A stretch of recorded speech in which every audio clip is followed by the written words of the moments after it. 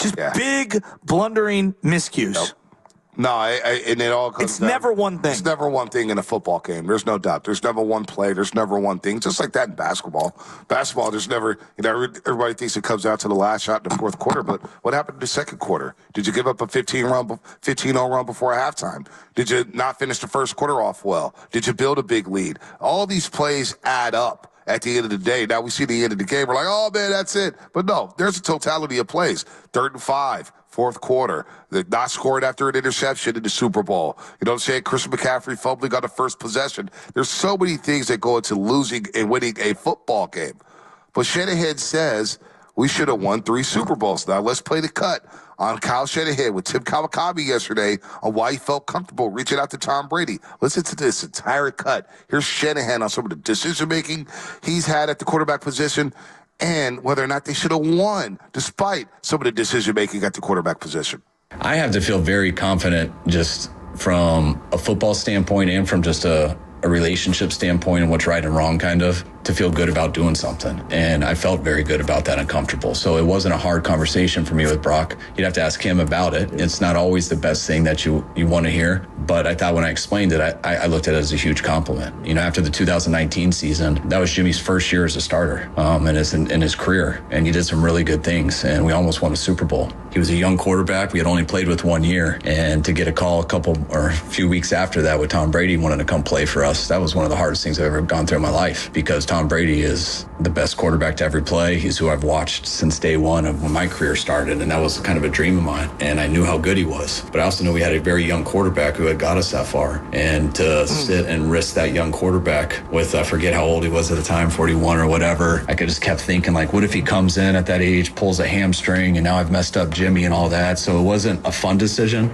but I thought for not only just that year in the long term, it was something that we couldn't mess with. We had to stick with Jimmy at the time. Nothing against Jimmy, but it was hard to avoid Tom. And then watching how that went and stuff, it was tough. And I was like, man, if I ever had a chance again with Tom, that's something I can't pass up. And at the end of the season, when Brock, who we knew was going to be our future, but when he got hurt and no one could guarantee that he was going to be healthy in week 1, that he'd for sure come back the right way. There was a lot of speculation in it, and no one could guarantee it. I did want to reach out to Tom. Now, Tom was the only guy. I was willing to ride it and risk with Brock's injuries. I told Brock that. I said, Brock, in these 7 games, you've shown us, like, you're not going to be competing with Trey next year. If you come back healthy, it is your job. The only way it won't be your job is if Tom Brady decided to come here and play 1 year. And I told him this like a week after the season, which I felt confident with because he was hurt. There was questions with him, and I was telling him about Tom Brady. And so I felt very good when I told him, hey, I know we spent a lot of picks to go get Trey.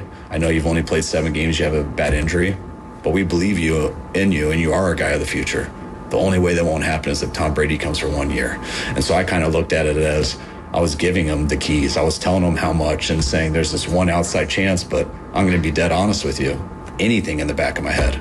And that's the only thing in the back of my head. And probably there's not a very high percentage that's going to happen. So I felt like he should be leaving the room thinking, man, they believe in me. Like, the only guy he'd even consider is Tom Brady. So I kind of looked at it as a compliment. And Tom was done. And so it made it real easy. And once Tom told us that, just started counting the days to when Brock could get healthy. We worked really hard with Sam, really hard with Trey, got the depth of our quarterbacks behind Brock well. And Brock did heal up, and he came out and tore it up in training camp, tore it up in week 1, and had a hell of a year. That's Kyle Shanahan on being comfortable reaching out to Tom Brady. You think Tom Brady wins that Super Bowl? I hate doing that, but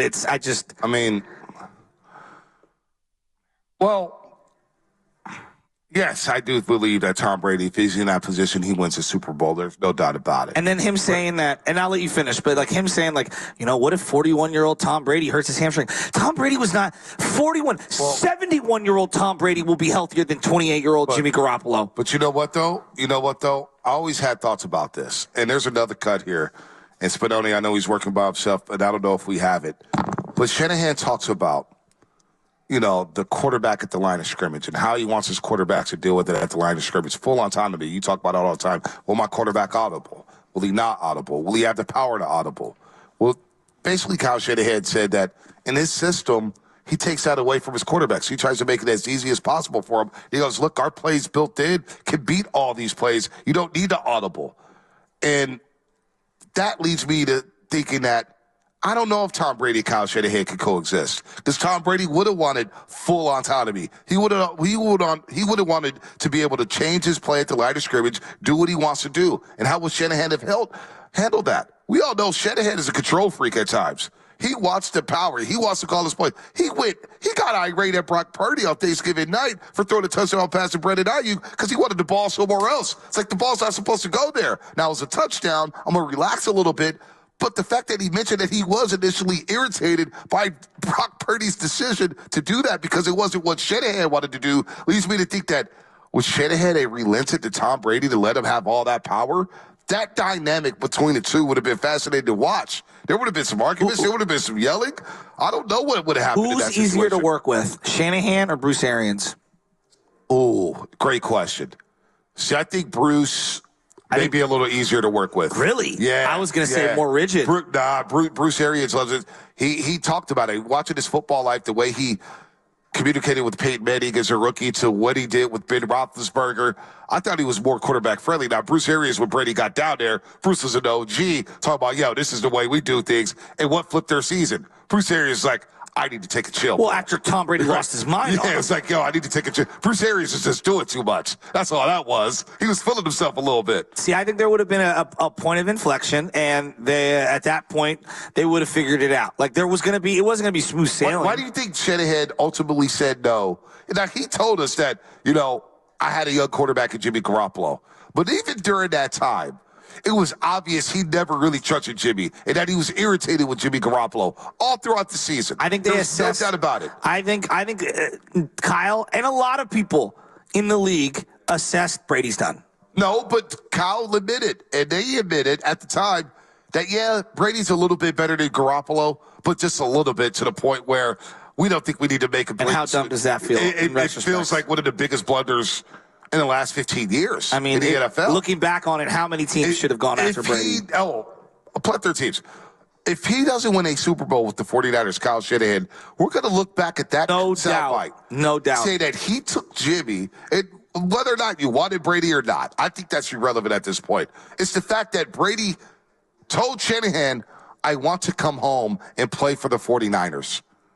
And you basically said, yeah, I'm going to go with the quarterback that I don't fully trust instead of Tom Brady. Brady was sitting there at 2019 offseason, 2020, and he was basically looking around the league, and he was like, wow, #1 defense. Wow, they got Kittle. Wow, I got a great play caller. Wow, they got a young Debo who's a rookie. Yeah, I'm going there. I'm going there. And it made all the sense in the world. And that was the time to do it. I mean, I hear you, and I know a lot of people were in the Jimmy camp because I felt very lonely. I think it's – we did these shows at night. Yeah, but you did them at night. I worked in the afternoon. I talked to a lot of people at Warrior games. I saw the text messages during the afternoons. It was split. You think you were the only one who wanted Tom Brady? On the airwaves, no one wanted Brady. Guru wanted Brady. He made the argument for Brady. And then you had a plethora of callers saying, we want Brady too. It wasn't just, hey, we want to stick with Jimmy. They were split. And I thought, boy, you could build off of Jimmy. But at the same time, my position, as always, was, Shanahan, you're the head coach. You're the CEO. You're obviously not happy with Jimmy Garoppolo. So go get your guy. And Brady was sitting right there. So when Shanahan says, yeah, I do believe we should have had a couple Super Bowls. Yeah, maybe you had a couple Super Bowls if some of your decision-making was better. And that's saying a lot because over the last 5 years, Shanahan is 54-29. You can't argue with the results. He's been a great coach. I think the mistake with Brady is going to loom over decisions moving forward in the sense that if he thinks that there's an upgrade out there at any position, he's going to pull the trigger. And what I mean by that is, like, every year they don't win it, everything's on the table. Yeah. So the way we talk about CMC, Debo, the quarterback, Fred Warner, Bosa, like, I know there's some financial restrictions, but if they can upgrade, they're going to be all in on that. And I think that because of that mistake, he is going to forever overcorrect moving forward. I don't know if that's the best thing in the world. Let's go to RJ.